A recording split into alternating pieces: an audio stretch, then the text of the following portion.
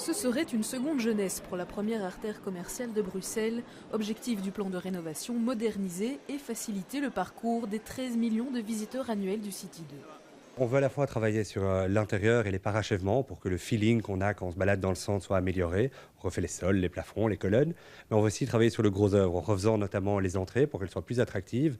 Et alors on voudrait ouvrir le centre vers la rue Neuve. Et pour cela, on se propose de modifier la passerelle qui relie aujourd'hui City 2 à Lino en l'élargissant légèrement et en la rendant transparente. Le nombre d'enseignes commerçantes devrait rester identique, mais avec certains changements. La surface commerciale sera augmentée de 100 mètres carrés pour que certains commerces placés au centre de la galerie puissent être déplacés.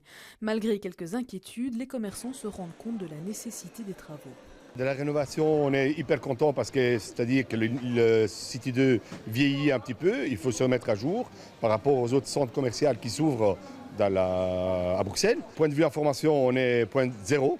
Comme je vous l'ai dit, justement, on n'est pas assez informé et on attend maintenant. Avoir un beau centre, on ne peut pas rester avec un centre qui vieillit logiquement avec 20 ans depuis la dernière rénovation. Donc je crois qu'on n'a pas vraiment le choix et qu'il faut le faire. L'impact qu'auront les travaux sur les clients devrait être limité. Les travaux se font exclusivement de nuit, que les travaux se font dans un phasage aussi. On ne va pas travailler dans tout le mall à la fois, on va faire zone par zone, de manière à ce que l'impact soit le plus limité possible. L'enquête publique du permis d'urbanisme se termine ce vendredi. La commission de concertation rendra ensuite son avis le 6 décembre prochain.